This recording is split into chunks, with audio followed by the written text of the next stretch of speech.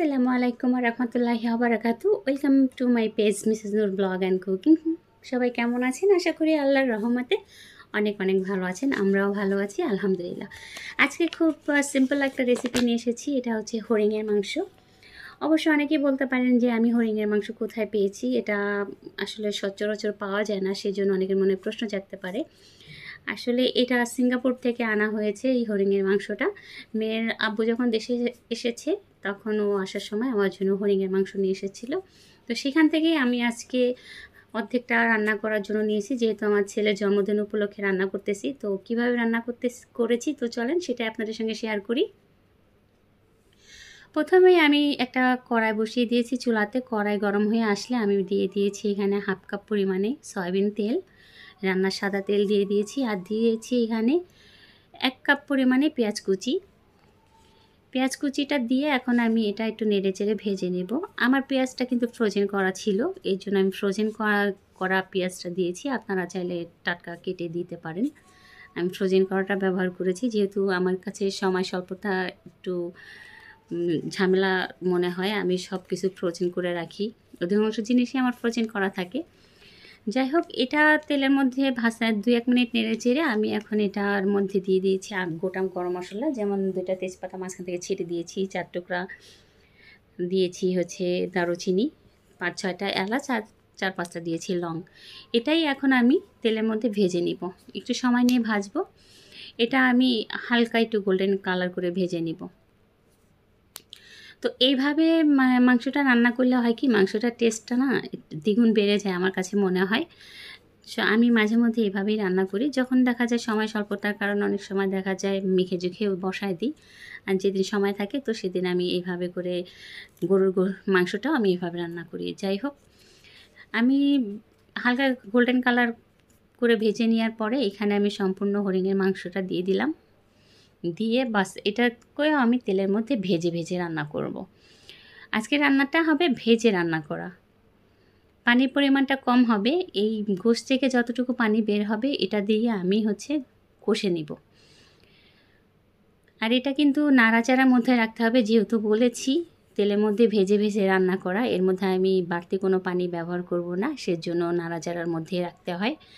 বেশ কিছুক্ষণ নাড়াচাড়া করার পরে এখন এখানে বাটা মশলা ব্যবহার করছি। 1 চামচ দিয়েছি আদা বাটা, আর দিয়েছি 3 চামচ পরিমাণে পেঁয়াজ বাটা, আর 1 চামচ পরিমাণ দিয়েছি রসুন বাটা। আমার কাছে মনে হয়েছে আদার বাটাটা আরেকটু দিলে ভালো হবে, এজন্য আমি আরও 1/2 চামচ আদা বাটা দিয়েছি। দিয়ে এটাকেও আমি গোশের সঙ্গে ভাজবো।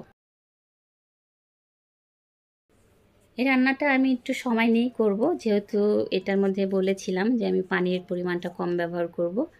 আমি ভাজতে ভাজতেই গোশটা আমার অর্ধেক সিদ্ধ হয়ে যাবে, সেরকম করে রান্না করব। বেশ কিছুটা সময় নিয়ে আমি এটা ভেজে নিব। আর মাঝে মধ্যে কিন্তু নাড়াচাড়া করতে হবে, তা না হলে যেহেতু আমার এটা কড়াই তলাতে পুড়ে যেতে পারে। আপনারা না ননস্টিক প্যান ব্যবহার করতে পারেন, আমি এখন এটা ব্যবহার করেছি। বেশ কিছুক্ষণ ভাজার পরে আমি এর মধ্যে দিয়েছি ঝালের গুঁড়া দিয়েছি 1.5 চামচ, আর হলুদ গুঁড়া দিয়েছি 1 চামচ, জিরের গুঁড়া 1 চামচ, আর দিব ধনিয়ার গুঁড়া 1 চামচ। দিয়ে এটাও আমি এখন নেড়েচেড়ে মিশিয়ে নিব।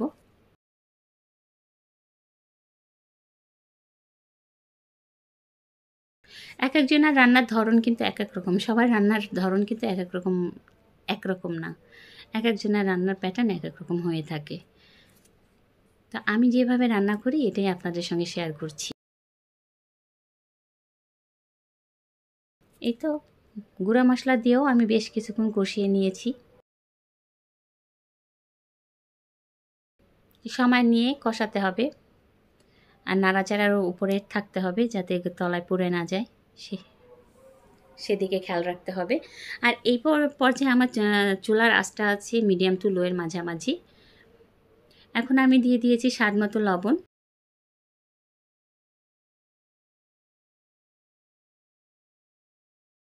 স্বাদ মতো লবণ দিয়ে আবার নেড়েচেড়ে একটু মিশিয়ে দিচ্ছি।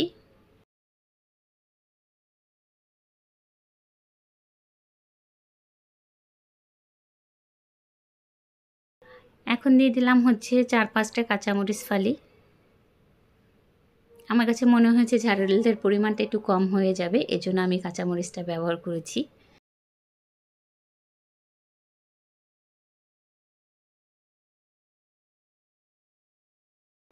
আমার প্রায় কষানো হয়ে গেছে।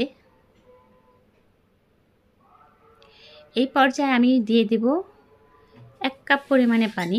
যে মগটা দেখলেন এই মগের 1 মগ পানি দিব। আমি এখন হাফের একটু বেশি পানি দিয়েছি। এখন আরেকটু পানি দিয়ে বাস এই পানিটা দিয়ে হচ্ছে আমি ফাইনাল রান্নাটা কমপ্লিট করে নেব। আর কোনো পানি ব্যবহার করব না। একটু নেড়েচেড়ে মিশিয়ে দিয়ে এখন আমি ঢাকনা দিয়ে ঢেকে রান্না করব। তো 10 থেকে 15 মিনিট রান্না করে নিব। ফিরে এলাম 10 থেকে 15 মিনিট পরে, দেখেন পানিটা শুকিয়ে গেছে, তেলটাও উপরে ভেসে উঠেছে। একটু ভালো করে উল্টে পাল্টে একটু নেড়ে চেড়ে দিচ্ছি।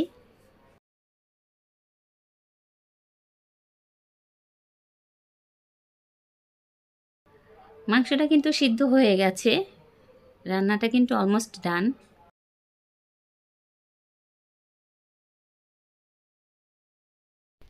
আমি আরও কিছুটা লবণ অ্যাড করে দিলাম। আমার মনে হয়েছে লবণের পরিমাণটা কম হয়েছে, তাই আমি আরেকটু লবণ দিয়ে এখন আমি ভালো করে উল্টে পাল্টে মিশিয়ে দিয়ে আবার কিছুক্ষণ আমি দমে রান্না করব।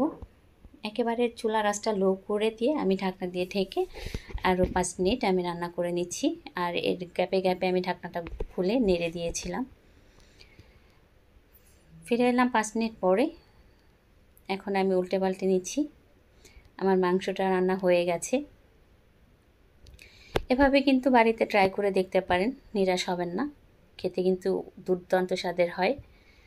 যাই হোক, চলেন, আমার রান্না হয়ে গেছে। আমি গরম গরম আপনাদেরকে পরিবেশন করে দেখাচ্ছি।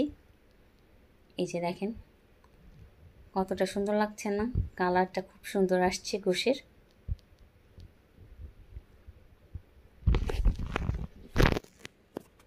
সবাই ভালো থাকবেন, আমাদের জন্য দোয়া করবেন। আর ভিডিওটা ভালো লেগে থাকলে প্লিজ লাইক করবেন, শেয়ার করবেন, আর পেজটি ফলো দিয়ে সঙ্গেই থাকবেন। আসসালামু আলাইকুম ওয়া রাহমাতুল্লাহি ওয়া বারাকাতুহু।